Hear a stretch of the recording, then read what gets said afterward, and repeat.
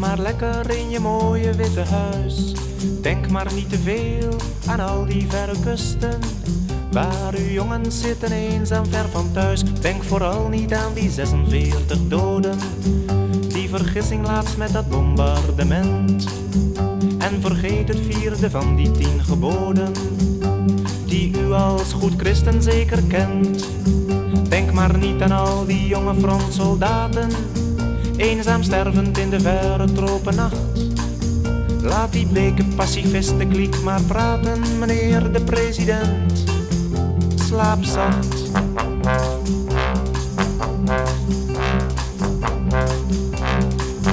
Droom maar van de overwinning en de zegen. Droom maar van uw mooie vredesideaal, dat nog nooit door bloedig moorden is verkregen. Droom maar dat het u wel lukken zal ditmaal. Denk maar niet aan al die mensen die verrekken, hoeveel vrouwen, hoeveel kinderen zijn vermoord. Droom maar dat u aan het langste eind zult trekken, en geloof van al die tegenstand geen woord. Bajonetten met bloedige gevesten houden ver van hier op uw bevel de wacht. Voor de glorie en de eer van het Vrije Westen, meneer de president. Slaap zacht.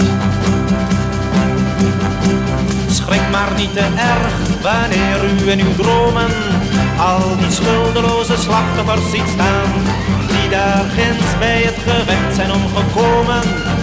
En u vragen hoe lang dit nog zo moet gaan. En u zult toch ook zo langzaamaan wel weten dat er mensen zijn die ziek zijn van het geweld, die het bloed en de ellende niet vergeten, en voor wie nog steeds een mensenleven telt.